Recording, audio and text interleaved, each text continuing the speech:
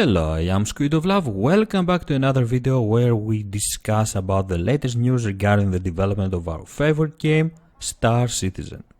In today's Around the Verse, we had the opportunity to take a look at some very interesting features that will enrich the gameplay and make Star Citizen much better. Some of these features will come with 2.5, the next update for Star Citizen that will go live, and some will follow with future updates.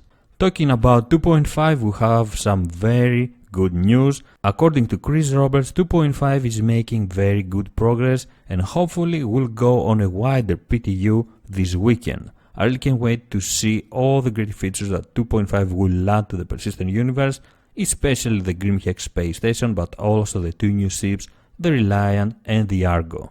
Let's go ahead now and talk about the latest news regarding Star Citizen, and we are going to start with the most impressive one, and that is the catastrophic damage on capital ships. The developers are working on creating destroyed capital ships, and the results, I have to say, are awe-inspiring.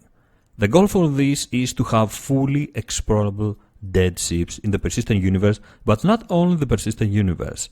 Some of these destroyed capital ships will also be available in some parts of the story in Squadron 42, the single-player campaign of Star Citizen, and this will make these parts of the story truly impressive. Having these dead ships in the persistent universe will enrich the exploration gameplay, will make life for explorers much better, and will present some very unique opportunities to all of us that will love to explore the verse, will love to discover something unique, something valuable. The appearance of these dead capital ships looks amazing. It creates a gloomy, eerie atmosphere. The noise and the sounds inside these vessels, inside these capital ships, create tension, and each one of these destroyed vessels will be able to tell its own story, will be able to show you what really happened, if it was destroyed because of an attack, an alien attack, a pirate's attack, if it was destroyed because of a fire, if it was just a malfunction that went horribly wrong. The work of the developers on this project is remarkable and will make the persistent universe more alive and full of surprises. This is truly a unique feature, and I really can't wait to see more details about how this project is coming along, and of course it is something that I really want to encounter in the verse, in the persistent universe later, when we will be able to perform exploration, to search for derelict ships and explore them.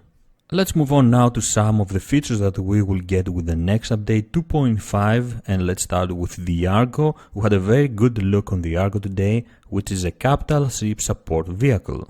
It doesn't have quantum drive, it doesn't have weapons, and it is barely armored. Its goal is to support its capital ship, the Idris in this case, and it is a great little vessel to access some areas that the Idris cannot enter, so it can take some crew over a certain asteroid field, search for survivors, search for loot, search for pretty much everything you want to search for.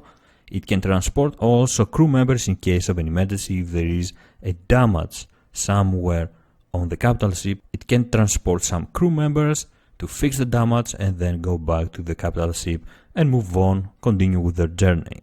The plan is for the Argo to have a mechanical arm in the future that can perform certain tasks such as repairing the capital ship, but it will not have it when it will go live with the 2.5 update. Also, the Argo will have 3 different pods that it can be equipped with. A cargo pod to transport cargo from and to the capital ship, a passenger pod to transport passengers, and a rescue and recovery pod that will also have some medical abilities in order to treat a survivor if you find a wreck and there are still survivors out there. At the moment, you can only get these pods in the form of 3 different vessels, so a different Argo will have the cargo pod, another will have the passenger pod, another will have the rescue and recovery pod. But in the future, the plan is to be able to swap between these pods and use your Argo in whichever way you want to use it. A quite good little support vessel that, although doesn't seem to have main capabilities, it will probably be essential for capital ships to function properly. The landing system is getting some improvements, and this improved new landing system will also come with 2.5. We will have it available with the next patch. When you approach a space station, you will have to ask for permission to land, and depending on the response of the station, you will be directed to recommended landing pads. You will be directed to certain areas where you can land, and some areas will not be available for you to land. A new coloring system will show you the recommended landing pads and those of course that you need to avoid, so you won't really create any problems, not only for you but also the traffic around the space station. With the new system, every time you lower your landing gear, you will automatically go into precision mode, and this will give players more control over the vessel when they are trying to land on a space station or somewhere else, another surface. It will be much easier to descend and land safely. Of course, it's up to you how you will land, and by that I mean there will be always the option to manually land your vessel or use the auto landing feature. Some stations will not offer this auto landing mode, and this is something that we need to mention. Also, another new feature that will come with the new landing system will offer auto orientation of the vessel to match the area or the terrain of a planet. Overall, these changes will make landing a much better and more enjoyable experience. Of course, this new system will come with 2.5, will be introduced with 2.5, but it will continue evolving and will continue becoming better and better with new patches.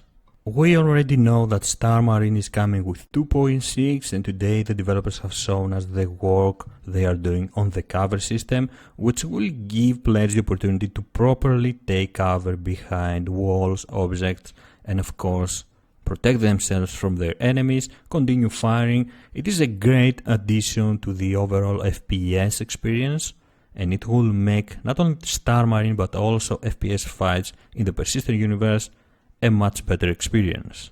By giving players the opportunity to take cover behind walls or different objects around the maps around the persistent universe, the developers are turning FPS in the persistent universe and in Star Marine more tactical. Players will have to build a strategy. They will be able to pick, to fire behind cover, and of course try to build a strategy with their teams or by themselves in order to overcome their opponents and win the game, make it out of a derelict station or even a destroyed capital ship later alive. This new FPS cover system will obviously be available with 2.6 when Star Marine will be available in Star Citizen, and hopefully it will make the whole FPS gameplay a lot better.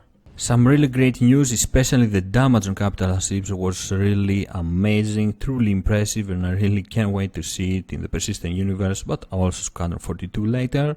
2.5 will hopefully be with us this weekend. Grim Hex space station will be available for us. And of course, life in the persistent universe will become a lot more interesting.